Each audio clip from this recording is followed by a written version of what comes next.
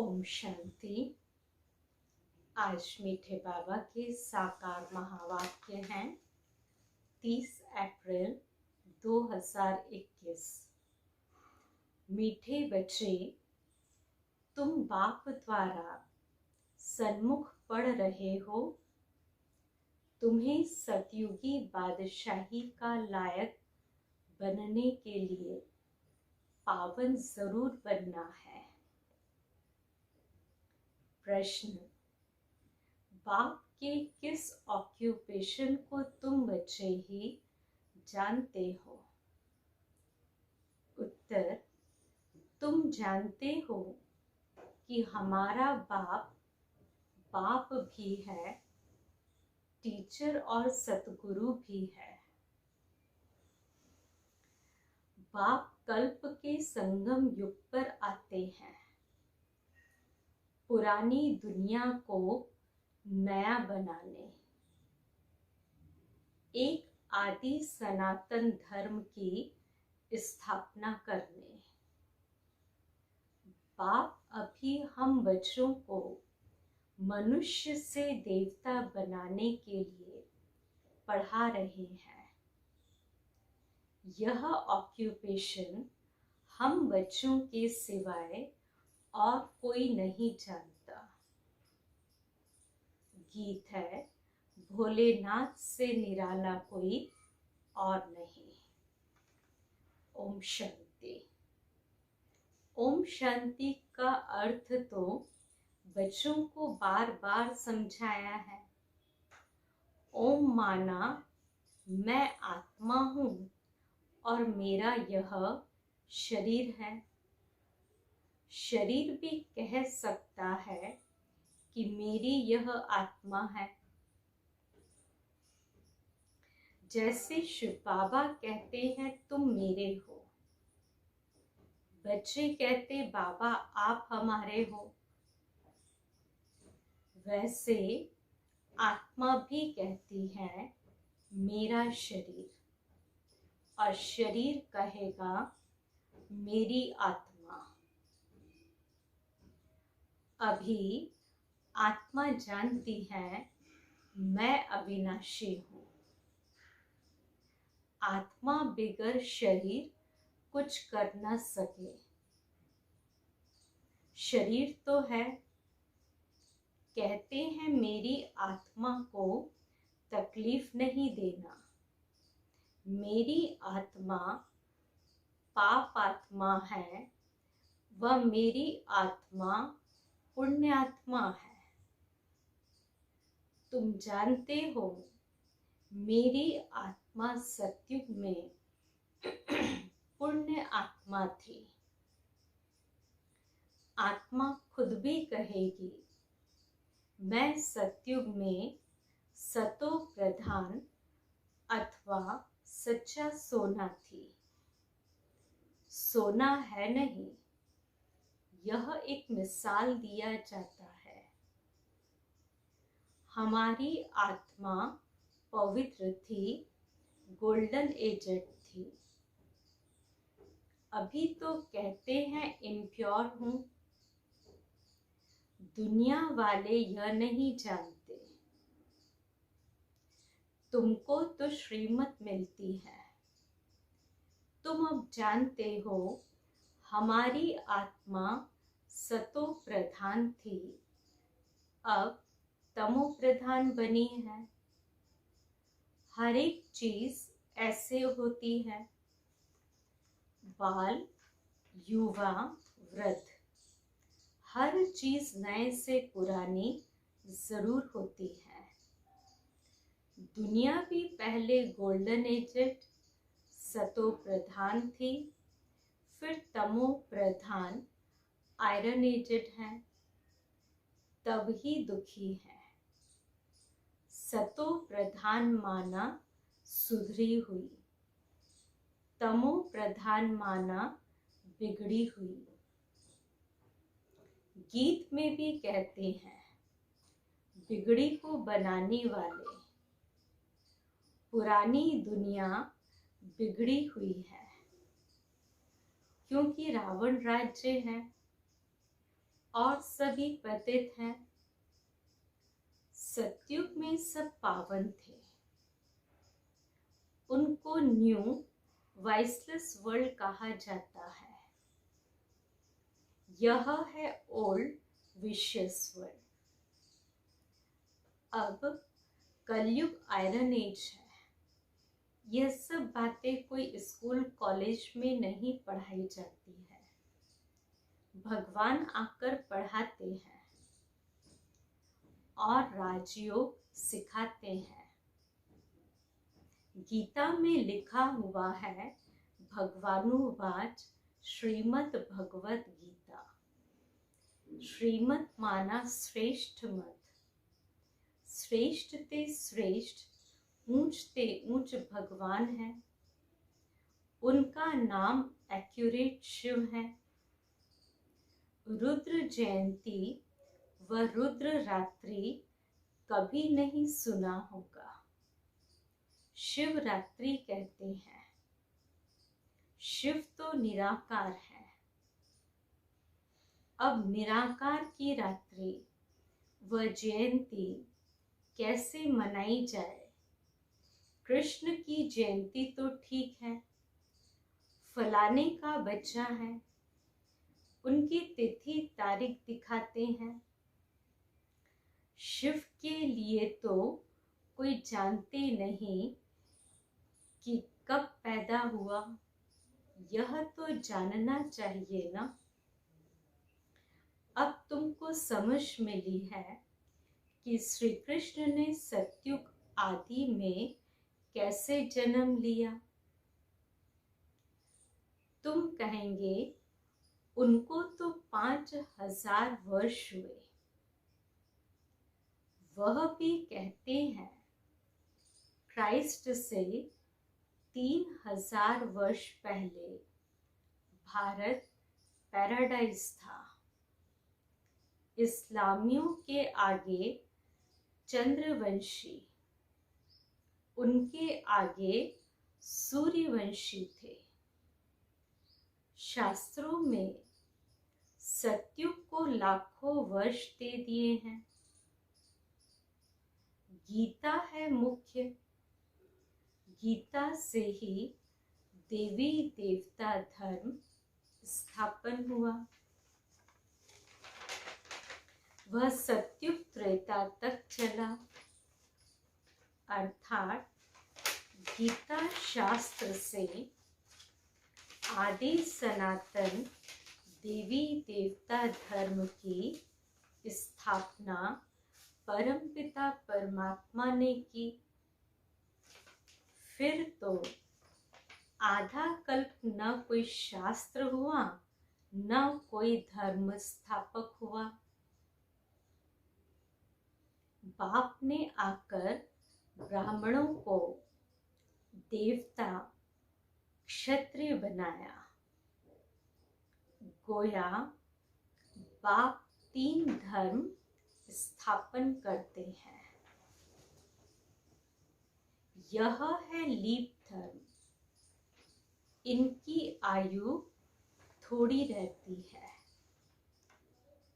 तो सर्व शास्त्रमय शिरोमणि गीता भगवान ने गाई है। बाप पुनर्जन्म में नहीं आते हैं। जन्म है, परंतु बाप कहते हैं मैं गर्भ में नहीं आता हूँ।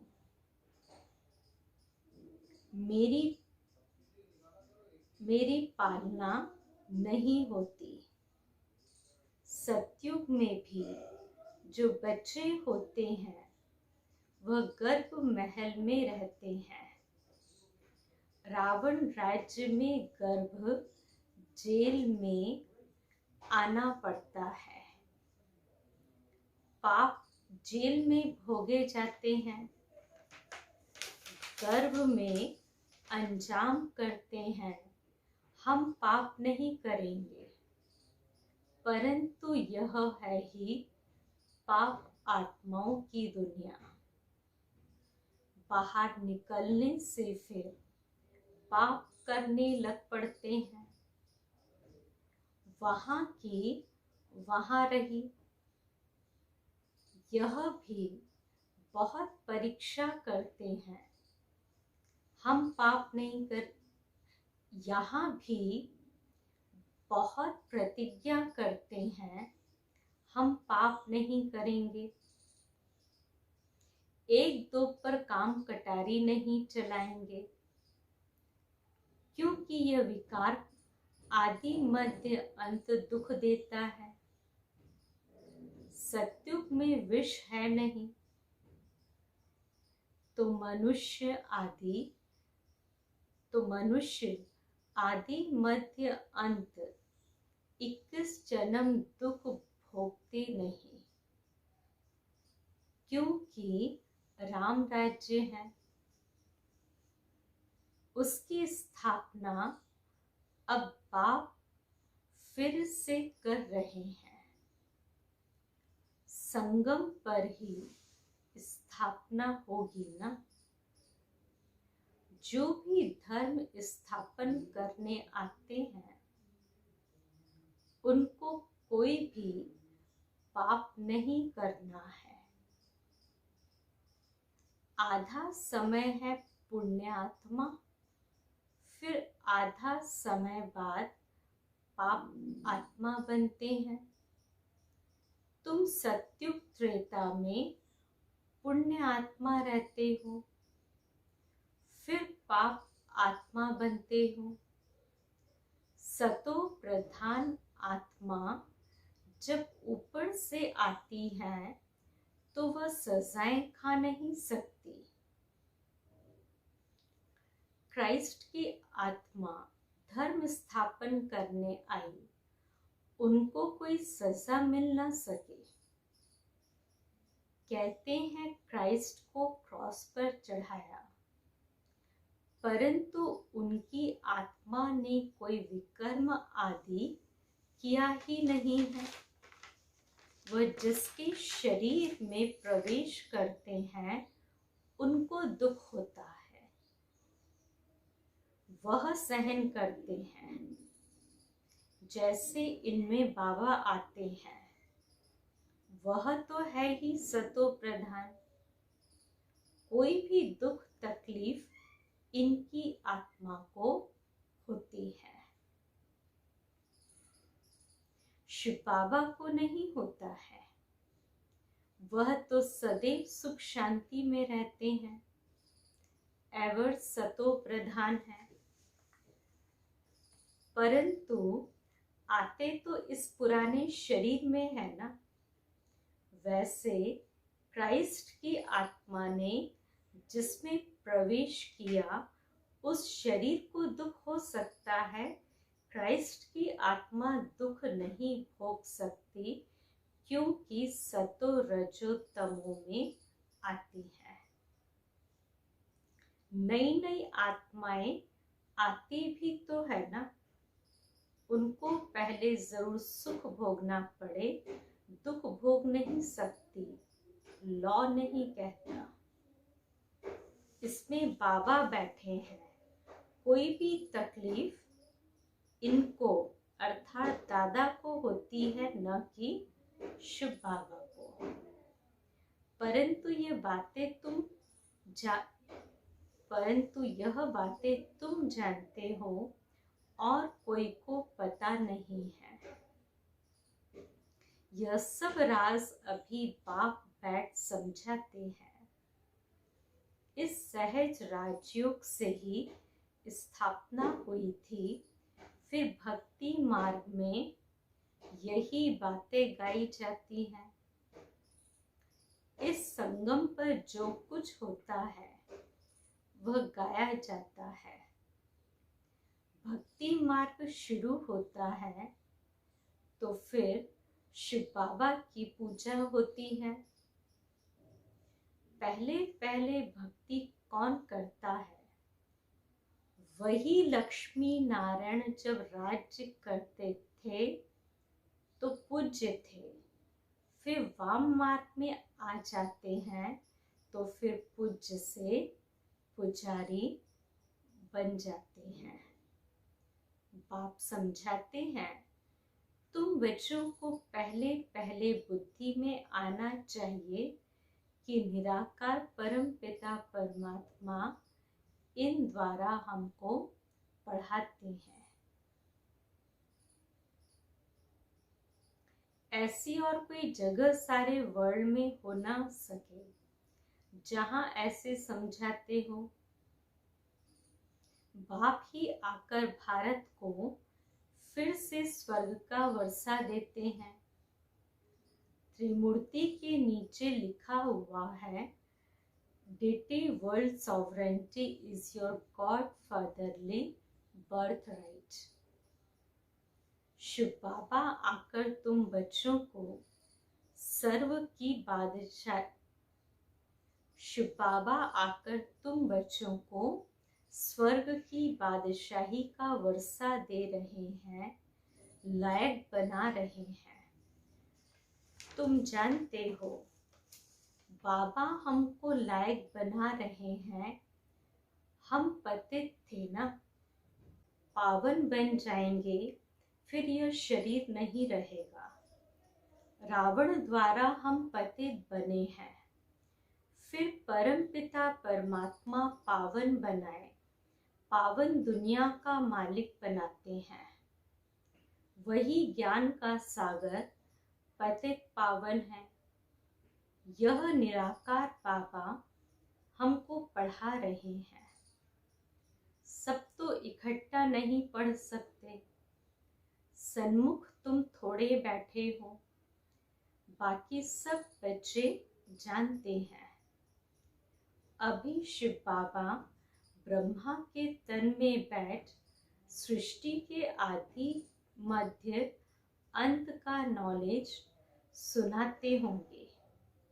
वह मुरली लिखत द्वारा आएगी और सत्संगों में ऐसा थोड़ी समझेंगे। आजकल टेप मशीन भी निकली है, इसलिए भरकर भेज देते हैं। वह कहेंगे फलाने नाम वाला गुरु सुनाते हैं। बुद्धि में मनुष्य ही रहता है, वहां तो यह बात है नहीं। यह तो निराकार बाप नॉलेजफुल है। मनुष्यों को नॉलेजफुल नहीं कहा जाता। गाते हैं God father is knowledgeful, peaceful, blissful, तो उनका वर्षा भी चाहिए ना। उनमें जो गुण हैं वह बच्चों को मिलने चाहिए, अभी मिल रहे हैं। गुणों को धारण कर हम ऐसे लक्ष्मी नारायण बन रहे हैं। सब तो राजा रानी नहीं बनेंगे। गाया जाता है राजा रानी वजीर, वहां वजीर भी नहीं रहता। महाराजा महारानी में पावर रहती है। जब विकारी बनते हैं तब वजीर आदि होते हैं। आगे मिनिस्टर आदि भी नहीं थे। वहां तो एक राजा रानी का राज्य चलता था। उनको वजीर की क्या दरकार, राय लेने की दरकार नहीं, जबकि खुद मालिक हैं। यह है हिस्ट्री ज्योग्राफी। परंतु पहले पहले तो उठते बैठते यह बुद्धि में आना चाहिए कि हमको बाप पढ़ाते हैं, योग सिखाते हैं, याद की यात्रा पर रहना है। अभी नाटक पूरा हुआ है। हम बिल्कुल पतित बन गए हैं, क्योंकि विकार में जाते हैं। इसलिए पाप आत्मा कहा जाता है। सत्युग में पाप आत्मा नहीं होते, वहां है पुण्य आत्माएं। वह है प्रारब्ध। जिसके लिए तुम अभी पुरुषार्थ कर रहे हो। तुम्हारी है याद की यात्रा, जिसको भारत का योग कहते हैं, परंतु अर्थ तो नहीं समझते हैं। योग अर्थात याद, जिससे विकर्म विनाश होते हैं। फिर यह शरीर छोड़ घर चले जाएंगे। उसको स्वीट होम कहा जाता है। आत्मा कहती है, हम उस शांति धाम के रहवासी हैं। हम वहां से नंगे अर्थात अशरीरी आए हैं। यहाँ पाठ बजाने के लिए शरीर लिया है। यह भी समझाया है, माया 5 विकारों को कहा जाता है। ये 5 भूत है। काम का भूत, क्रोध का भूत, और नंबर 1 है देह अभिमान का भूत। तो बाबा समझाते हैं, सतयुग में ये विकार होते नहीं। उसको निर्विकारी दुनिया कहा जाता है। विकारी दुनिया को निर्विकारी बनाना, यह तो बाप का ही काम है। उनको ही सर्वशक्तिवान, ज्ञान का सागर, पतित पावन कहा जाता है। इस समय सब भ्रष्टाचार से पैदा होते हैं। सतयुग में ही वाइसलेस दुनिया है। बाप कहते हैं, अब तुमको विषय से वाइसलेस बनना है। कहते हैं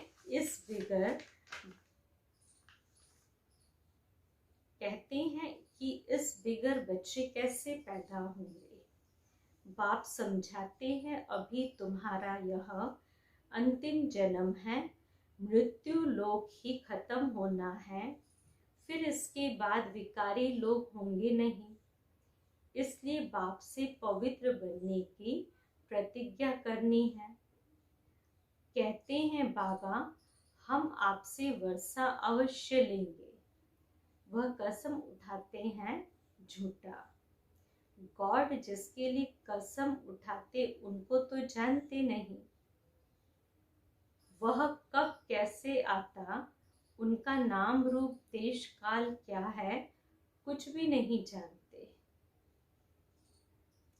बाप आकर अपना परिचय देते हैं।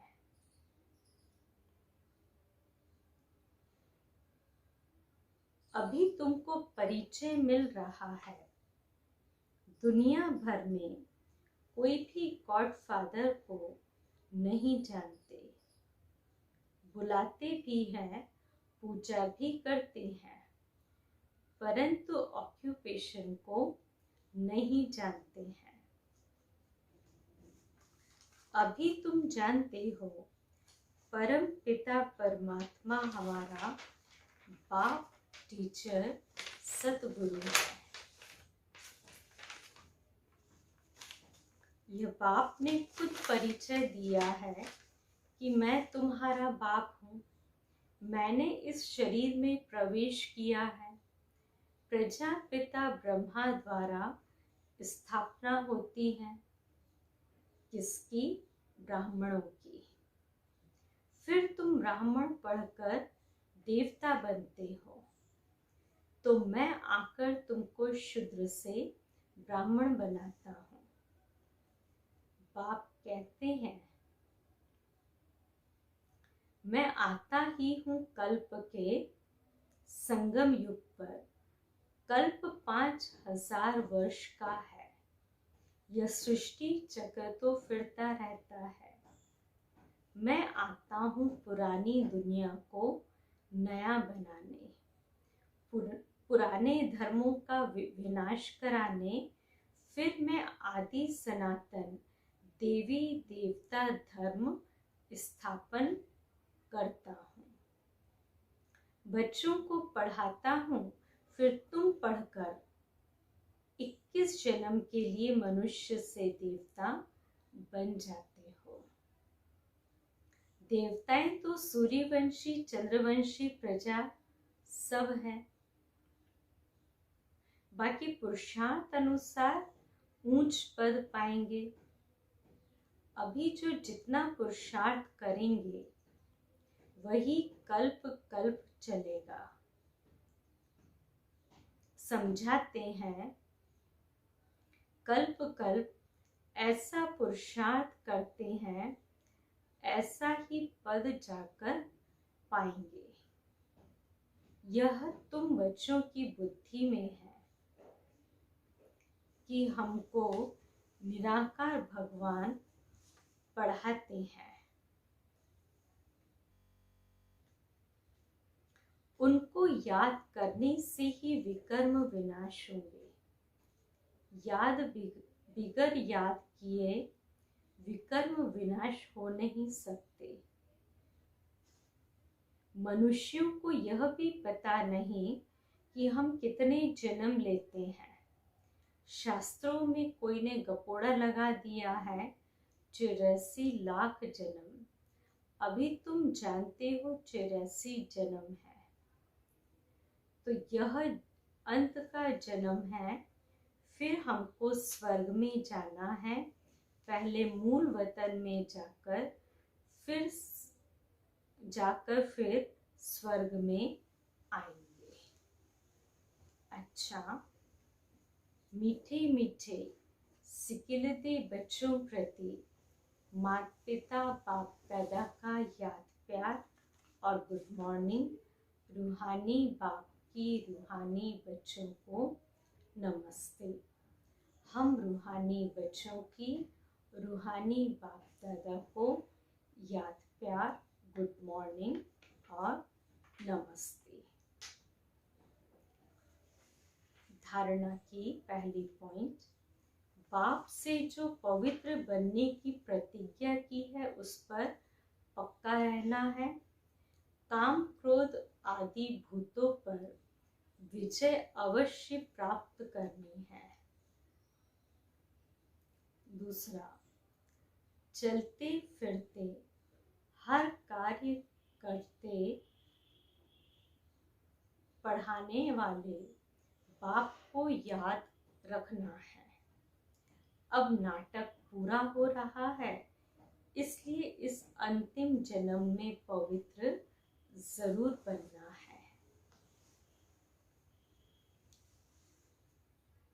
आज का वरदान है, एक लगन, एक भरोसा, एक रस अवस्था द्वारा सदा निर्विघ्न बनने वाले निवारण स्वरूप भव।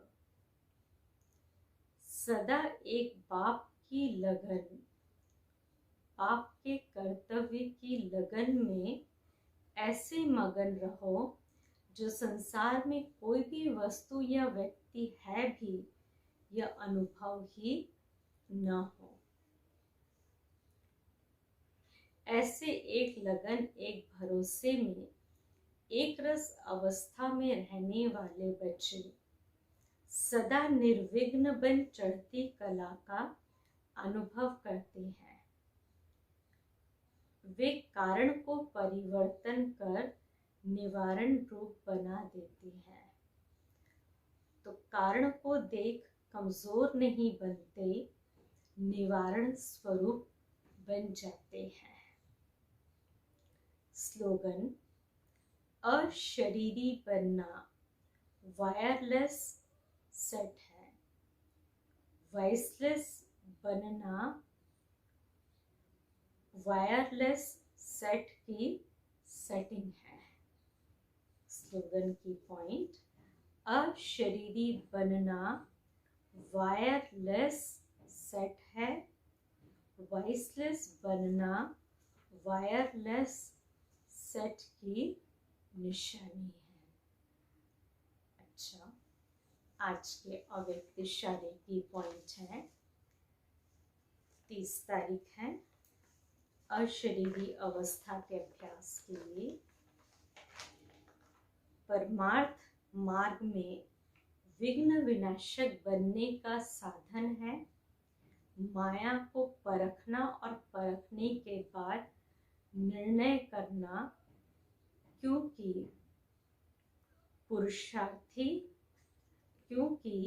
परमार्थी बच्चों के सामने माया भी रॉयल ईश्वरी रूप रच करके आती है। बच्चों को जिसको परखने के लिए एकाग्रता अर्थात साइलेंस की शक्ति को बढ़ाओ। बाबा कहते माया भी बहुत रॉयल ईश्वरीय रूप रचकर आती है, तो इसलिए परखने के लिए एकाग्रता या साइलेंस की शक्ति को बढ़ाओ। अच्छा, ओम शांति।